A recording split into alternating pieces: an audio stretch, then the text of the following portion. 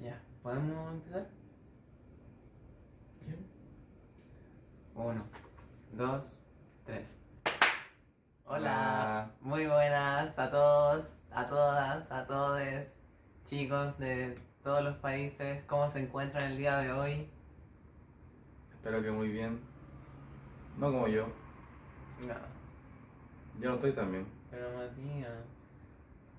No. Bueno, lamentamos que este capítulo se haya demorado en realizarse. Pasa que ocurrió una situación, ¿o no, Nadine?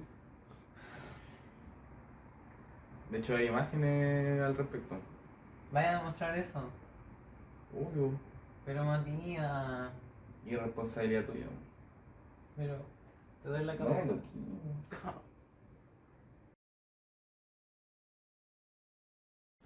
Ya mi gente del podcast, vengo a dejar en evidencia cómo la Nadine me cita para grabar el podcast y no llega. Porque me citó aquí en este lugar que ni siquiera conozco. No sé, de verdad, no sé a dónde estoy. No hay nadie. En este lugar está todo oscuro, hace un frío, es súper tarde. Y la Nadine se da la descaré de no llegar aquí donde grabamos. Aquí, bueno. Bueno, pero...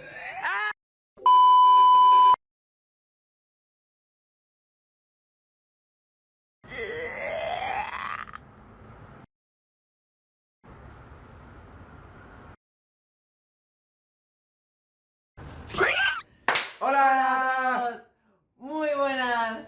Muy buenos días a todos televidentes, hermosas personas que se encuentran el día de hoy viendo nuestra octava edición. Octava edición, nuestra octava entrega. Octava edición, 8 añitos ya en este lindo podcast.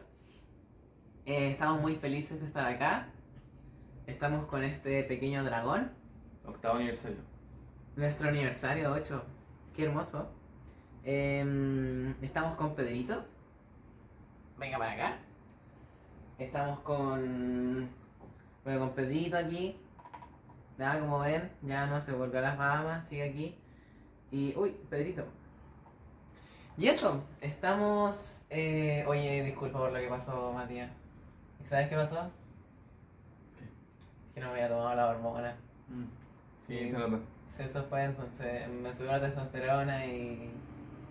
como- Bueno, lo importante es que estamos acá. Sí, sí. Te perdono. Muchas gracias. Pero tómate la hormona. ¿Me perdonas? Sí. Me tomo la hormona, me la puedes dar al tiro. Oye, ¿qué vamos a hablar el día de Matías Galvez? Bueno, yo quiero contarte algo con lo que estuve. Oye, Pedrito. Con lo que estuve reflexionando el otro día. ¿Ya? Estuve reflexionando sobre mi miedo en la infancia. Y recordé un miedo que yo tenía en la infancia, el cual era muy particular. No sé si sucederá tanto en los niños o en la gente en general, ¿Ya?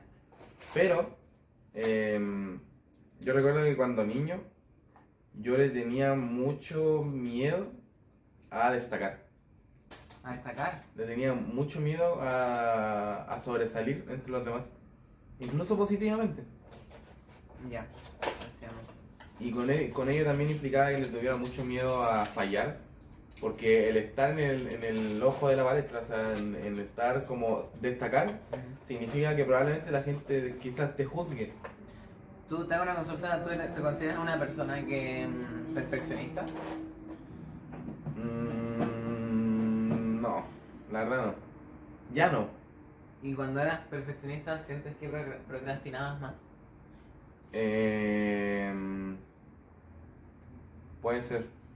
¿Sabes que la ciencia nos dice algo al respecto? Ujú. Esto es, ¿qué nos dice la ciencia? La ciencia dice que las personas que procrastinan son, por lo general, personas que son perfeccionistas. Porque en el miedo de no hacer algo perfecto, caen en la inacción. Wow. Eso es bastante interesante. Bueno, entonces, claro, me puse a pensar cómo era como mi relación mental cuando niño, como mi salud mental cuando era pequeño, sobre todo como en la infancia, como diría que alrededor de los 10 años, ¿Ya? ahí es cuando más latente tenía ese miedo de destacar por miedo a que me juzgaran y miedo al fallo también. Tenía mucho miedo al fallo. Iban los tres relacionados, o sea, me tenía miedo a que me vean, porque si me ven y me equivoco, me van a juzgar. Y ahí como que se implicaban mucho los tres. ¿Tú a qué le tenías mucho miedo cuando niño? Uf. A mi padre. Mm. Porque era una muy mala persona. Y le tenía miedo a eso, le tenía miedo a... No sé a qué le tenía miedo. A no cumplir las expectativas. Me acuerdo que mi mamá tenía esta mala costumbre de siempre compararme con otras personas. Me decía, por ejemplo, mira, pero este niñito, ¡Ah! hay un dragoncito aquí. A ver, señor, venga. Me está atacando. Señor, venga, por favor. Se viene requisado. Bueno, me acuerdo que siempre había un niño en la clase que de repente sacaba mejores notas que yo. Yo era como la segunda del curso. Y no bastaba con ser la segunda. Mi mamá me comparaba con el primero. Y yo era muy amiga de ese niño. Y efecto de toda esa situación yo también le agarré mal al niño al final. Porque era como, el Marcelo. ¿Cachai? Siento que es importante hablar sobre los miedos de los niños. Porque siento que de repente se pasan muy a llevar. Como que no... Pareciera de repente no importarnos lo que sienten los niños o no... Bueno, es que eso también genera secuelas en su desarrollo y salud mental también. Lo estábamos hablando antes del podcast sobre una situación en específico en la que Nadine destacó que hay cierto comportamiento el cual... ¿Hablemos al respecto? Hablemos al respecto. Pero con la altura de mira que merece. Porque tú no te ¿Pero gustó. estaba hablando? Claro, pero es que no te gustó mi opinión. Por eso te lo digo. No me gustó de dónde sacaste la opinión entonces está. Ya. A ver, plantéalo tú entonces. ¿O quieres que lo plantee yo? Dátelo tú. Bueno, está circulando en redes un meme que van a poder ver aquí un par de ejemplos. Que es a propósito de la película. ¡Películas! Ya. Película Intensamente 2 o Inside Out 2 para nuestros oyentes de Estados Unidos. En esta película la protagonista se llama Riley, ¿cierto? Y Riley pasa por la adolescencia. Es mi entendimiento, porque no he visto la película, es mi entendimiento de que en la película la adolescencia es una etapa difícil con muchos problemas para Riley, ¿cierto?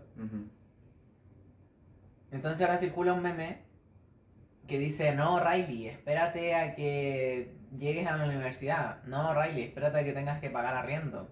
No, Riley, espérate a que seas mamá o a que te divorcies, etc. Entonces yo le decía a Matías, le expresaba mi desagrado de este meme, porque sentía que desde una visión adultocentrista se invisibilizaba lo que pasaba en los niños y los adolescentes en ese sentido también. Yo no sé si en algún momento te comenté que conocí una niña de séptimo básico, y eso sería, no, sexto básico, eso sería 11 o 12 años, ¿cierto? Y yo me acerqué a hablar con ella en un momento y ella me contó que de repente estaba muy triste, que no estaba muy bien de ánimo a veces. Yo hablando con ella, dame un bracito, me fijé que tenía unos cortes acá. Y eran muy delgados, pero eran. Y eso para mí prendió las alarmas tremendamente, porque no solamente me afectó que ella tuviese eso, esas cicatrices, me afectó que al resto no le afectara.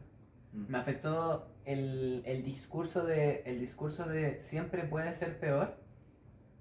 Si bien tiene un lado positivo, tiene un lado invisibilizador. Porque las cicatrices, por ejemplo, eran así, chiquititas. Pero de esas chiquititas yo también tengo esas cicatrices chiquititas, y de esas llegué a unas más grandes y más grandes hasta que llegué a esas. Entonces, el discurso de decir, por ejemplo, pero bueno, pero son cortecitos chiquititos, la niña no es como que se vaya a matar, por ejemplo, me parece que abre la puerta a que la niña se sienta invisible y que diga, cresta, si quiero que me vean, si quiero que me tomen atención, voy a tener que hacer algo más grande. Voy a tener que hacerme daño de una forma más visible para que vean que es un llamado de ayuda, porque los cortes, las autolesiones, cuando si bien pueden ser una forma de eliminar sensaciones muy fuertes o canalizar esas sensaciones fuertes que no pueden ser habladas porque hay un problema de comunicación y de expresión, también son un grito de ayuda. La gente que sube cosas en Instagram, por ejemplo, historias subiendo cosas tristes, es un grito de ayuda también, sea como sea. Claramente la invisibilización, o la dije la primera, Bueno, de los niños, siento que viene de tiempo inmemorable y ojalá cada vez disminuya más. No, o sea, lo que a mí me hacía ruido es que lo sacarais del meme. Simplemente fue eso, el hecho de que te tomaste en serio el meme. Y fue eso. Pasa que realmente los memes son para no tomárselos en serio. Pero tu reflexión está claramente acertada, pues es una tarea que como adultos tenemos que trabajar, el hecho de ponernos en el lugar del niño. Incluso nosotros ya siendo niños, me sorprende que igual seamos insensibles con el niño, siendo que nosotros también lo fuimos. Claro, porque yo creo que eso responde un poco al no querer ser adulto. Hoy en día está muy en boga el concepto de el niño hombre o la niña mujer, que son personas adultas con apariencia adulta, 20, 30 años, pero que se comportan como niños al final. Y eso es lo que yo te decía ayer, que yo siento que responde a un miedo de tomar responsabilidad. Y también siento que nosotros, adultos, los padres, los tutores de los niños, las personas de la sociedad que son adultas y que tienen un rol, o que pueden llegar a tener un buen rol guía para los niños, siento que tienen mucho que hacer en el momento de decir, oye, ser adulto no es el fin del mundo. De hecho, es bastante bueno. Tienes responsabilidades y tienes muchas más libertades también. Pero a veces se vende solamente como responsabilidades. Entonces yo creo que en ese discurso sería retomar el tema de responsabilidad y libertad, pero y dejar bien en claro que más responsabilidades te dan más libertad, porque como dijimos en el capítulo pasado, es algo que va de la mano. Como bien dijiste, van muy, muy de la mano. O sea, no puedes tener una libertad sana si no tienes un buen dominio de la responsabilidad y un buen dominio de tus acciones y saber lo que estás haciendo y por qué lo estás haciendo también. Saber lo que quieres es parte de tu libertad y de tu responsabilidad concretarlo de buena forma. Claro, y al final del día siento que es una actitud de dar un paso hacia adelante y no esperar a que las cosas te pasen, sino que ir a buscarlas. Es como el otro día vi una frase muy buena que decía: si no sabes lo que buscas, no entenderás lo que encuentres. Hay que saber lo que queremos, hay que ser determinados con lo que queremos hacer, con lo que queremos lograr, para que si lo logramos lo entendamos. Como la toma de posición de Bourdieu. Como lo hablamos el capítulo pasado. Bueno, yo creo que en ese caso, en todo este tema, y relacionado con el meme, yo te concedo que quizás no es lo más común, pero también yo te he mencionado que bueno, ya hace relativamente poco yo me enteré que estaba en el espectro autista. Y una vez me di cuenta de eso, he sacado muchas cosas se han esclarecido en mi mente con esa situación. Igual pasa que el espectro autista se divide en dos partes. Se divide tanto en TEA como en SEA, que se supone que SEA son las condiciones del espectro autista. Claro, el SEA es cuando aún no ha sido diagnosticado como tal. Ujú. De todas formas, no sé si sea tan relevante hablar de nombres o acrónimos, Mm. porque al final del día no sé si nosotros no nos guiamos por ese tipo de cosas. Mm.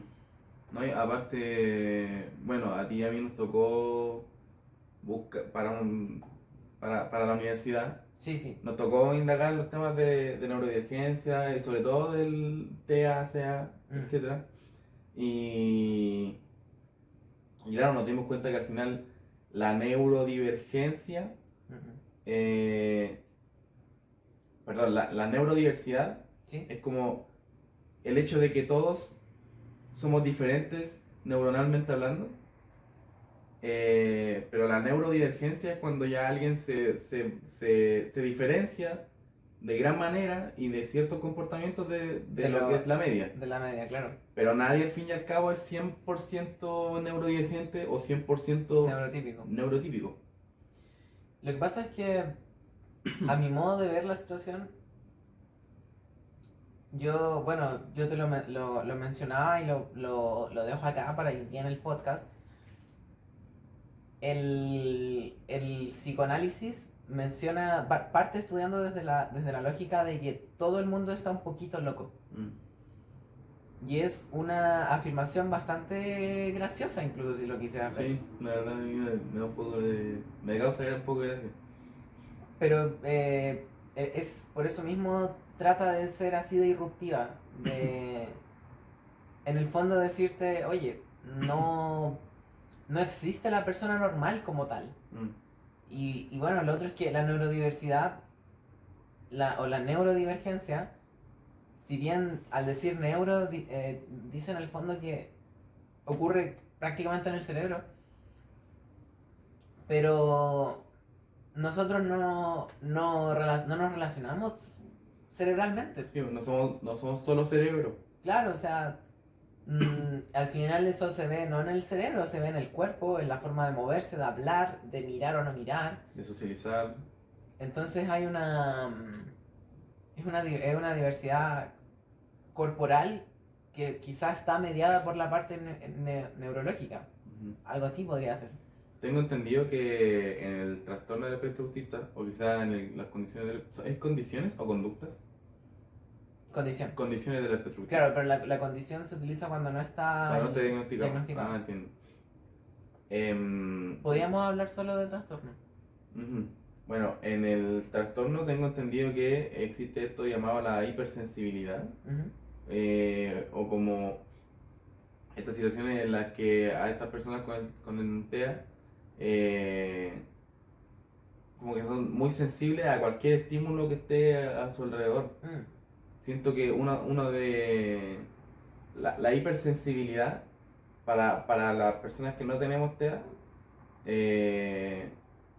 se puede casi que relacionar con las pantallas. Siento que hoy en día las pantallas son una hiper, como que, no sé si diría una hipersensibilidad, ¿Ya? pero sí siento que hacen que intentemos estar atentos a muchas cosas al mismo tiempo. O por ejemplo ver la tele y tener el celular también. Esos serían los sobreestímulos. Exactamente. Siento que la hipersensibilidad tendrá que ver con Bueno, con un sobreestímulo. las personas TEA suelen sobreestimularse.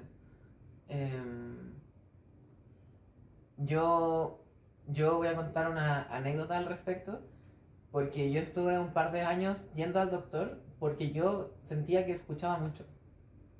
Mm. Y iba al doctor, me hicieron muchos test desde el área... ¿cómo Como, se- no de forma audióloga, pero otorrinolaringología. otorrinolaringólogo. Me veían, me hacían hacer test donde me ponían ruidos y tenía que tocar un botoncito si lo había escuchado o no. Y en los test, todo siempre positivo, o sea, me decían, no, escuchas súper bien, no hay ningún problema, nada. Pero yo siempre sentía algo en el oído, y de repente siento algo en el oído, de hecho yo el oído derecho lo siento siempre tapado. Y no sé si tú me has visto que de repente yo voy a la universidad con algodones. Algodones, sí. Y cuando me di cuenta de esto, de que era bastante probable de que estuviese en el espectro autista, fue bastante chistoso en realidad. Porque nunca lo había pensado de esa forma. Mm. Y eso también tiene que ver con que para mí, yo era normal. Mi forma de ser era normal. Es como si tú haces cosas, no sé, si tú duermes de guata Mm. y luego viene una persona y dice, no, no puedo dormir de guata. Lo más común es decir, ¿cómo no vaya a dormir de guata? Qué raro. Entonces, lo que no hacemos nosotros suele ser raro. Entonces, para mí, tener ese problema de la audición, y de hecho yo no sabía cómo explicarlo, yo decía, de repente, cuando yo decía a los doctores, bueno, no sé si se han dado cuenta de eso cuando uno bosteza y como que las orejas se tapan, y los doctores me quedan mirando así. Y yo era como, no es normal. A mí Entonces, se me tapa cuando estás. entonces ¿qué hago? Y claro, a mí me suena como la conchita de la playa, así. Sí, algo así. A lo mejor, bueno, pero me pasó que no lo pude explicar estaba con un doctor, un otorrinolaringólogo, y estaba como con 3, 4 practicantes de quinto año, y todos me miraron así, ¿qué estás hablando? Entonces, explicar las cosas desde fuera de nosotros, de repente, es súper desafiante, es casi como tratar de ser objetivo. Pero también creo que tiene que ver con tratar de acordar una intersubjetividad de palabras, de conceptos. Por ejemplo, el capítulo pasado hicimos un ejercicio que a mí me parece que es muy provechoso. Cuando dijimos, ya, hablemos de libertad y responsabilidad, definamos esos conceptos desde nosotros. Porque así solamente nos vamos a poder entender. Hablando algo muy parecido sobre la experiencia que te pasó a ti, sobre tener que explicar ese tapón de oído que se te formaba. Yo recuerdo que a mí me pasó con... ¿Tú conoces lo que es la tripofobia? Sí. Es como cierta incomodidad, para los que no sepan, es como cierta incomodidad a ciertos patrones. Es una cosa muy... Como específica. a los hoyitos, ¿cierto? A los circulitos, ¿puede ser? Sí, pero de repente no tienen por qué ser círculos, pueden Ok. ser diferentes cosas. Y a mí me pasaba mucho, más encima, el piso que estaba fuera de mi casa eran muchos círculos y yo tenía tripofobia de toda la vida. Y no sabía explicar por qué me generaba incomodidad de repente ver cosas. Y era como, yo veía cosas y no sabía por qué no quería verlas. Porque para ti era normal sentirte así. Y cuando yo quería explicarlo, yo decía, pero a ustedes no les pasa que de repente como que ven esto y como que no les gusta. Y nada, y eso me decían, pero no, es como, son círculos, no. Pero para mí era súper incómodo y es súper raro de repente explicar cosas que quizá uno cree que son normales, pero al fin y al cabo son más extrañas en los demás de lo que uno puede pensar. Claro. Ajenas, quizá. Claro, y explicarlas, yo creo que es una de las cosas más difíciles que puede haber al querer explicar algo tan personal. ¿Tú crees que hay que saber, o sea, tú crees que hay que experimentar algo para poder entender algo? Mm, Porque me acordé de lo que nos pasó tuvimos un ramo de medicina, de ciencias de la salud. Y tenemos un profesor que nos hace el ramo, de nombre Rodrigo. Y él, para explicar una parte del cuerpo femenino, él prefiere traer a una profesora invitada porque dice que no, porque él no sabe manejarse mucho en ese tema. Bueno, cuento corto, nos hicieron la clase con esta profesora y la clase fue bastante... dejó bastante que desear. sí. Fue una clase que dejó harto que desear. Entonces, con Matías después hablamos con el profesor y le dijimos, Rodrigo, hubieses hecho tú la clase. Y Rodrigo, no, lo que pasa es que yo no sé mucho. Pero después hablando con Matías, al final tú me decías, ya, sí, Rodrigo, igual puedo haber hecho esta clase. Sí. Entonces, con ese ejemplo traigo esa pregunta a la mesa. No sé qué te parece. Viéndolo con ese ejemplo, yo diría que no.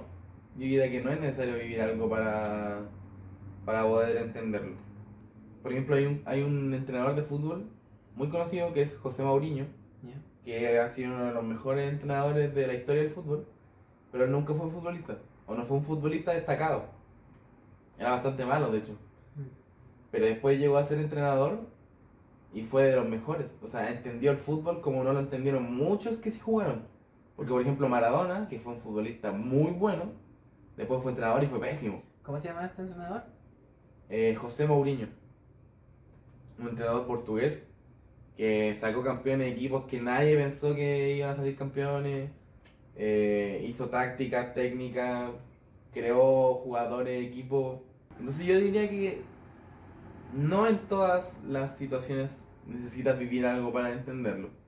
Quizás haya situaciones en las que específicamente sí tienes que vivir algo para entenderlo, Mm. porque explicado no funciona.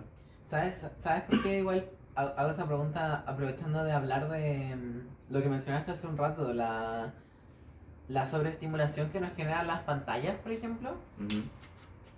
Yo siento que los niños de ahora que nacen con pantallas y tienen las pantallas a su disposición,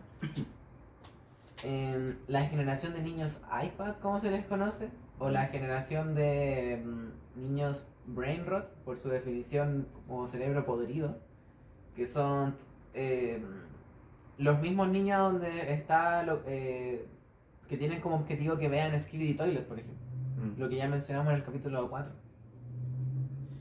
Entonces, yo siento que de repente yo he visto este comentario social de los millennials, por ejemplo, de decir, agradezco ser de las últimas generaciones que jugó en la calle y que no tuvo pantallas, porque siento que vivo mucho mejor. Y el celular, por ejemplo, no sé dónde está mi celular. Ah, está ahí en mi celular. El celular, por ejemplo, yo siento que es una fuente de mucho dolor. O sea, en general te genera mucha ansiedad y te hace tener malas sensaciones a veces, muchas malas sensaciones. Ujú.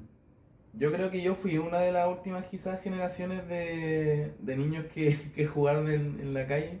O sea, yo al menos no tuve un celular, porque cuando yo ya tuve mi primer celular igual era como, no era como los de ahora. Mm, Los niños que nacen ahora nacen con las tecnologías de ahora mismo que son muy avanzadas. sí. Pero yo me acuerdo que los primeros celulares que tuve, esos que se destapaban así, ¿Tú tuviste eso?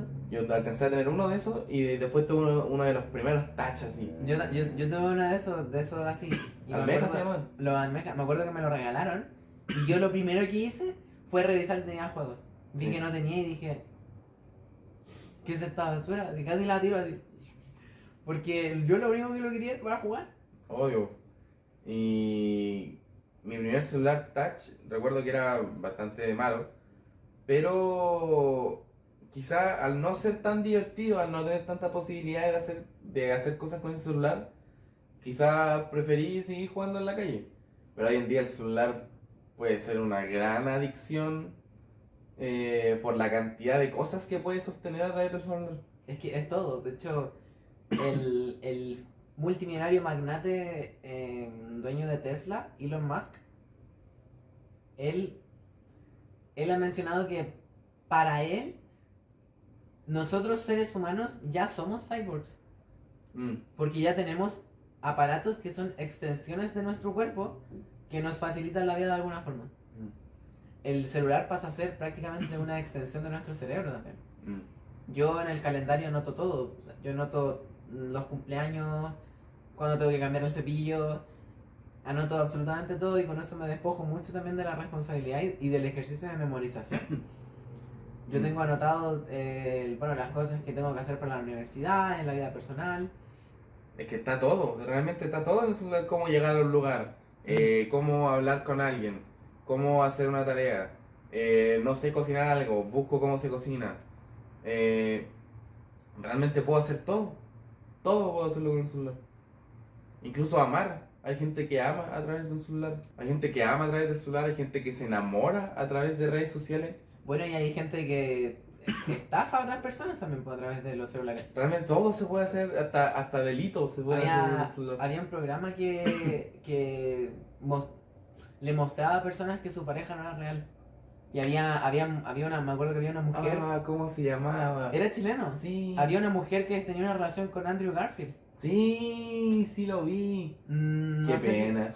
no sé si vamos a encontrarlo, pero lo traemos a Oh, la muy bueno, colación. ese programa era muy bueno. Mira, yo el otro día vi en Instagram, el Instagram de una psicóloga que mostraba la comparativa de un estudio de dos dibujos. Dibujos de niños que ven la tele y dibujos de niños que no ven la tele. Ujú, Y la diferencia es bastante notoria. ujú. Entonces, bueno, ¿te acuerdas que te lo mandé y yo te dije, literalmente el celular te quita creatividad? Sí. Hace que necesites que todo sea más instantáneo. Es que es por lo mismo que tú dices, o sea, si yo, en vez de tener que memorizar que el 14 del tal mes tengo que hacer tal actividad, llego y lo anoto, Te despojas. tengo mucha menos actividad neuronal, estoy ocupando menos el cerebro, para una actividad menos. Estoy ocupando el cerebro para una actividad menos. Claro, entonces también es despojarse y es casi... Yo de una u otra forma lo podría conectar con la pérdida, bueno, la pérdida de responsabilidad que tenemos como sociedad, Mm, las ganas de que haya un robot que nos haga todo. mm, En redes sociales de repente ocurre mucho que una persona sube un post de algo ujú. y dice, no, mira, acá hay información súper buena sobre tal auto. Y hay una persona en los comentarios que dice, bueno, ¿y por qué no lo explicas todo? Y yo veo que hay personas que le responden, tanto te pesa la vida para ir y googlearlo tú y buscarlo tú. Entonces, nos acostumbramos también a la instantaneidad.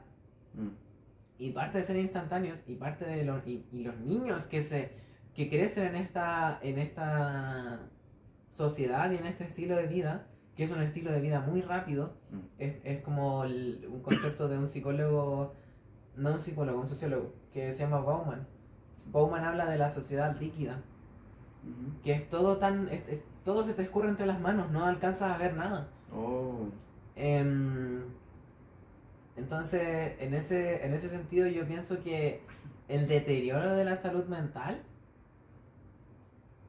te hace, por ejemplo, los niños hoy en día, por lo que yo entiendo, tienden a tener más ansiedad, por ejemplo. que claro, hoy en día, al estar las redes sociales muy presentes, estamos también muy informados de lo que pasa en el mundo, muy atentos de lo que pasa en el mundo. Y, por ejemplo, uno en la adolescencia, una de las cosas que más se preocupa es su estética. Eh, y al ver redes sociales ves modelos, ves influencers, ves Claro. actores, actrices, y tú te sientes mal con tu cuerpo, o sea, te comparas, porque la comparación es algo muy humano, te comparas y te das cuenta que no eres, o sea, ves que esta persona, que no es como tú, tiene millones de likes, Mm, yo quiero ser como esa persona. claro. Yo quiero también tener millones de likes, yo quiero tener esa aprobación de los demás, y para eso tengo que tener otro cuerpo que no es mío. Oye, bueno, se mencionan muchas cosas. Yo quisiera que pusiéramos un video que hay, recopilatorio, de muchos niños con pantallas. Y a mí uno de los videos que más me impresiona es un niño que llora y hace así en su mano. Sí. Como Porque necesitándolo. le quitaron el iPad Mm, y entonces él sigue haciendo el scrolling, que es dar como la ruedita, para pasar al siguiente reel, al siguiente reel o al siguiente TikTok. Em, y por mientras comentar que, bueno, estamos tocando muchos temas, yo creo que hay que ir desarrollándolos. mm, Porque el tema de las redes sociales está súper conectado con las pantallas. Yo creo que, bueno, yo he podido, como mujer trans, me he adentrado más en otros temas relacionados a la vivencia de las personas trans. Y en Estados Unidos ocurrió una epidemiología, si le quieres llamar, hace unos años, 2017, 2018, donde muchas niñas empezaron a solicitar testosterona. Y el motivo de esto era porque, voy a hacer una caricatura, ya para que se entienda bien rápido. Una niña tiene 9 años, tiene guatita, tiene senos poco desarrollados, puede que incluso tenga uniceja, puede que tenga bigotito, ¿cachai? Va, se mete a Instagram, lo primero que ve es a la Kim Kardashian, foto de la Kim Kardashian. Se compara en el espejo y dice, no soy tan bonita, me siento horrible, soy horrible, siendo que es una niña, se pone pesos que no son de ella. Va donde algún profesor, qué sé yo, algún amigo, alguien más grande y le dice, oye, me siento muy mal con mi cuerpo. ¿Y qué le dicen? A lo mejor tienes disforia de género. ¿Qué es eso? No, es que no eres, no caes en tu cuerpo. Ya, ok, mira, anda al doctor y pide testosterona y bloqueadores de estrógeno. ¿Ya? Wow. Van, piden los bloqueadores de estradiol, piden dosis de testosterona, que son inyecciones que se ponen trimestrales por lo general. ¿Y qué hace la testosterona? Te da más energía, es prácticamente un ansiolítico, te hace sentir más competitivo, te hace sentir más seguro, más bacán. Por la misma razón, estadísticamente las mujeres suelen tener más ansiedad que los hombres. Entonces, esta niña se siente genial, se deja de sentir mal con su cuerpo porque la testosterona te hace sentir así. Te glorifica de cierta forma. Esto es mi opinión, por cierto. En la forma en que lo estoy describiendo. Y luego la niña va a su grupo de amigas y alguna de sus amigas dice, hoy me siento fea, no sé qué. Y le dice, oye, anda al CESFAM, que no sé cómo será en Estados Unidos, anda al CESFAM y pide testosterona, no te puedan a preguntar nada porque no pueden cuestionar tu identidad. Y date la dosis y te vas a sentir mucho mejor. Entonces, eso por un lado. La Antonia hace un tiempo me había mostrado una trend que, ¿cómo se dice eso en español? Una tendencia de TikTok que era de niñas pequeñas que iban a comprar a tiendas de maquillaje, no sé si la llegaste a ver, pero eran niñas pequeñas que iban a comprar maquillaje y la gracia del video era que ellas tenían que ser muy desagradables. Tenían que ir a la caja y decir, oye, quiero base Maybelline del color 3. Y si les decían, no sé, no tenemos. La gracia del video, entre comillas, era que la niña decía, pero ¿cómo eres tan inimportante? ¿Cómo eres tan inútil? Que no tienes la base. ¿Para qué trabajas acá? Deberías renunciar, deberías matarte. Y esa era la gracia de la trend. Entonces, muchas niñas empezaron a hacer eso. Y había personas que grababan las tiendas de maquillaje. Y en las tiendas de maquillaje estaban como los papás con las niñas haciéndole los TikTok. Pero en masa. Sí, estaban todas haciendo el mismo TikTok. Entonces, para mí el tema de las redes sociales va muy ligado con el celular. Porque yo pienso, por ejemplo, no sé si tú llegaste a tener Facebook cuando niño. Sí. Yo me acuerdo que yo pedí un Facebook y a mí no me dejaban tener Facebook. Y no me dejaban tener Facebook. Entonces lo que hacía yo, jugaba Pet Society. No sé si alguna vez jugaste ese juego. Y lo jugaba como en la cuenta de mi tío, de mi mamá probablemente. Y después cuando yo tuve Facebook, lo primero que lo único que yo hacía era jugar.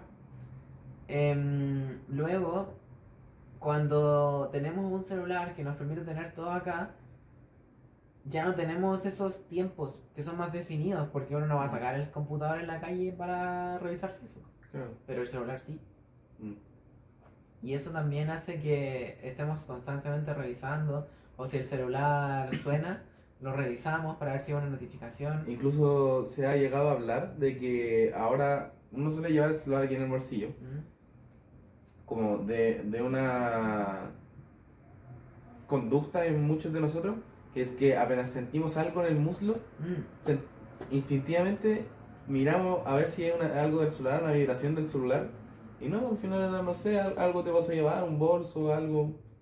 Pero uno ya tiene como esa costumbre de estar atento al celular, incluso mientras hace otras cosas, está viendo algo, está en clase, pero uno siente el más mínimo contacto acá, o incluso de repente ni siquiera te toca algo, simplemente lo sientes y miras el celular al tiro.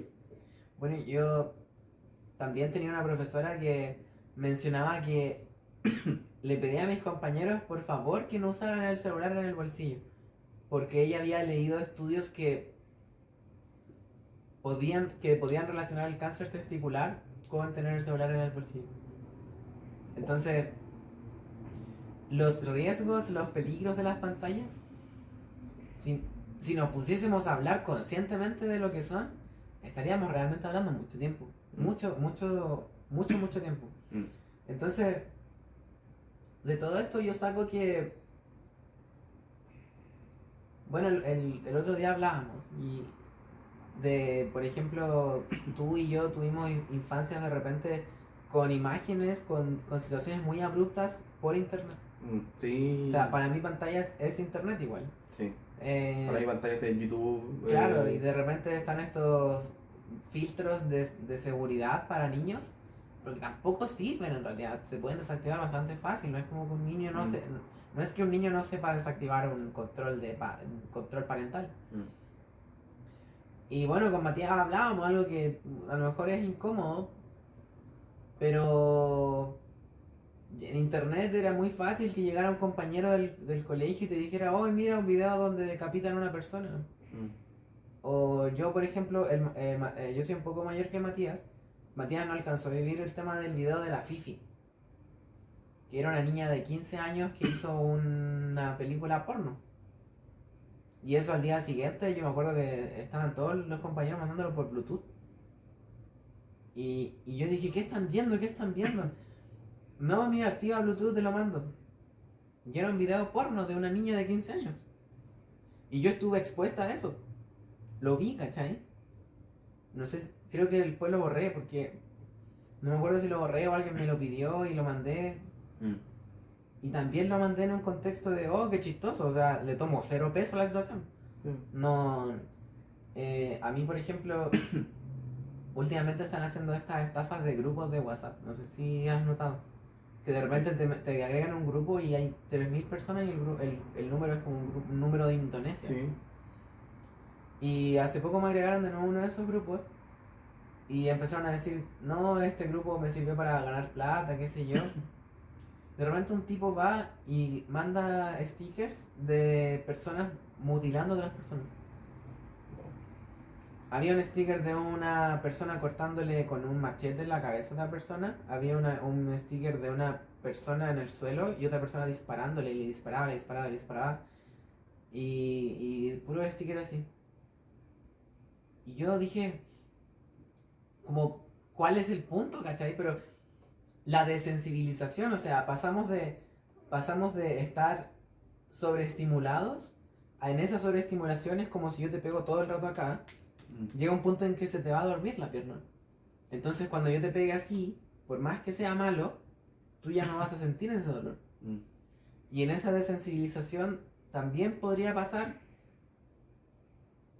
que si tú tienes una compañera que dice que tiene cortado acá, tú digas, bueno, no es nada, o sea, yo vi una persona que le cortaba la cabeza a otra. O sea, lo tuyo es súper mínimo.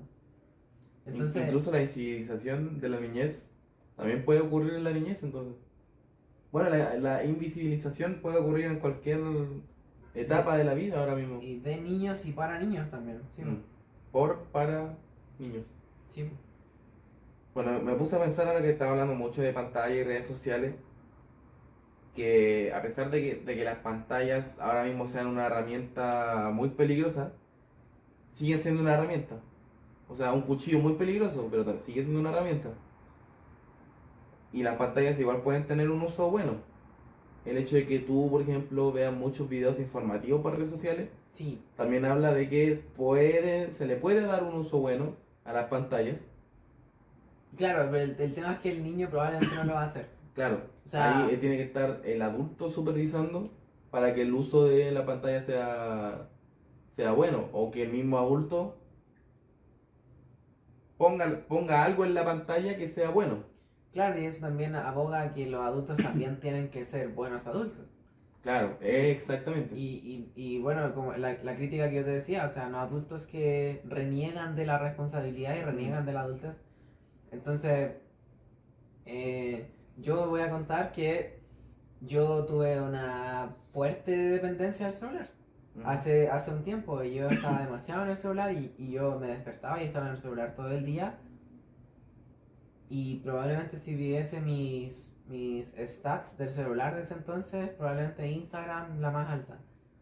Em, y pasa que yo he tratado de regular esa situación porque es algo que yo tengo de chica en realidad. Yo cuando estaba en el colegio borraba, por ejemplo, YouTube y la borraba hasta fin de año. Cuando decía ya, me quiero poner en serio con las notas, YouTube fuera, porque no veía nada educativo, o sea, veía puros youtubers, estilo el Rubius, ese tipo de youtubers, por ejemplo.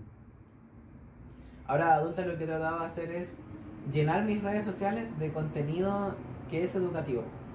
En mi cuenta de YouTube sigo mecánicos, sigo doctores, nutricionistas, psicólogos infantiles, profesores que de repente dicen, mira cómo hago esta clase, o eso, profesionales de la salud que a veces te dan tips. Y en YouTube también, en YouTube trato de utilizar la herramienta para ver clases, para ver cátedras de profesores, o de repente hay videos de 10, 15 minutos que son súper bien hechos. Por ejemplo, tú y yo el otro día tuvimos una evaluación y para estudiar para dicha evaluación ocupamos inteligencia artificial. Le teníamos la materia, teníamos lo que iba a entrar en la prueba y para estudiar decidimos preguntarle a la inteligencia artificial, decidimos decirle que nos haga preguntas sobre esta materia, que era la materia que entraba en la prueba. Y yo creo que resultó bastante bien. Claro, igual eso es interesante de que lo hayas comentado porque logramos que nos funcionara porque también tuvimos que ser bien específicos en nuestra forma de pedir las cosas a la inteligencia artificial. Porque lo hicimos en un momento y nos dio preguntas que no eran lo que necesitábamos. Entonces había que ir ajustando el comando que se le daba. Y también eso te da la respuesta de que la inteligencia artificial la puedes usar y te puede servir mucho si la usas bien. O cualquier herramienta. Como cualquier herramienta, y yo creo que el tema del valor, el valor que tiene algo, por ejemplo, el valor moral, de si algo es bueno o malo, claro, yo creo que al final del día no es justo decir el celular es malo, las redes sociales son malas. Nada es inherentemente malo. Claro, sino que tiene que ver de cómo lo utilizas y para qué lo utilizas, qué haces con eso. O sea, tú puedes usar los stickers de WhatsApp para compartir porno infantil, porque tiene menos regulación, porque es casi como una nube interna. O puedes usar el WhatsApp para hacer una agenda y tener todo tu día organizado. Entonces, al final con esto volvemos a la idea de que dependemos del resto, dependemos de la maldad o la bondad del resto. Y yo creo que como adultos al final tenemos el gran rol de poder buscar que no se cometan los mismos errores en la juventud. Y de ahí venía mi crítica al meme de Raimi. De que creo que puede ser un chiste y todo, pero que creo que tenemos muchas responsabilidades, más de la que quisieran algunas personas, pero yo creo que esa responsabilidad no es mala, es todo lo contrario, es una bendición casi. Poder hacer algo mejor por las generaciones que vienen y poder hacer cosas, cambios que a lo mejor tú no vas a ver en lo que estés vivo, pero que se pueden hacer. Y que se deberían hacer porque primar por el bien común y tener un objetivo de vida que sea grande, más grande que tú, un objetivo más grande que tú y más grande que algo que realmente tú digas es difícil, pero es posible. Bueno, ahora que lo planteas de esa forma, entiendo mucho más tu punto sobre el meme de Rey. Muchas gracias. Yo creo que podríamos ir cerrando este capítulo. ¿Podemos ir cerrándolo?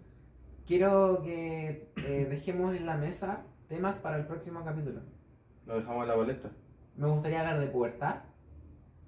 Me gustaría hablar de infancia.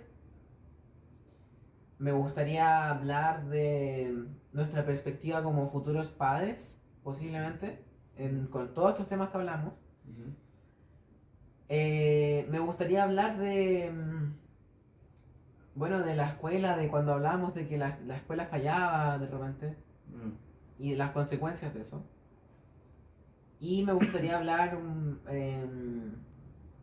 de algo que tiene que ver más con el contexto social, sociocultural del país, del mundo en realidad, pero de las tasas de migración en general. Mm. Para que lo toquemos el próximo capítulo, si te Ok, parece. ok, me parece muy bien. Entonces, les agradecemos, obviamente, a todos ustedes, nuestros gratos espectadores, por acompañarnos nuevamente en esta octava entrega. Junto con Nadine ha sido un placer, Muchas, muchas gracias. siempre un placer. Siempre un placer. Y les mandamos un cariñoso saludo, un abrazo a todos, y que estén muy bien y nos vemos la otra. Hasta la próxima. ¡Mua! Hasta- Ya te quedas ahí.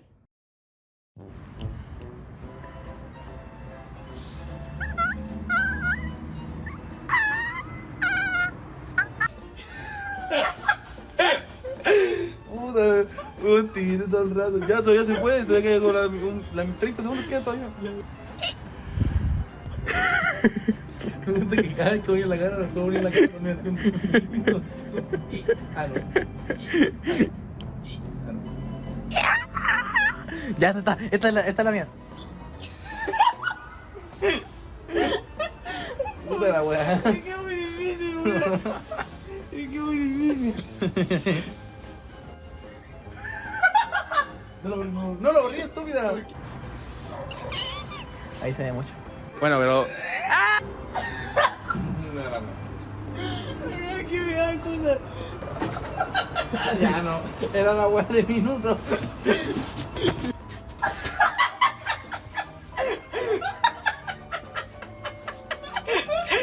Oh, puta, me cayó.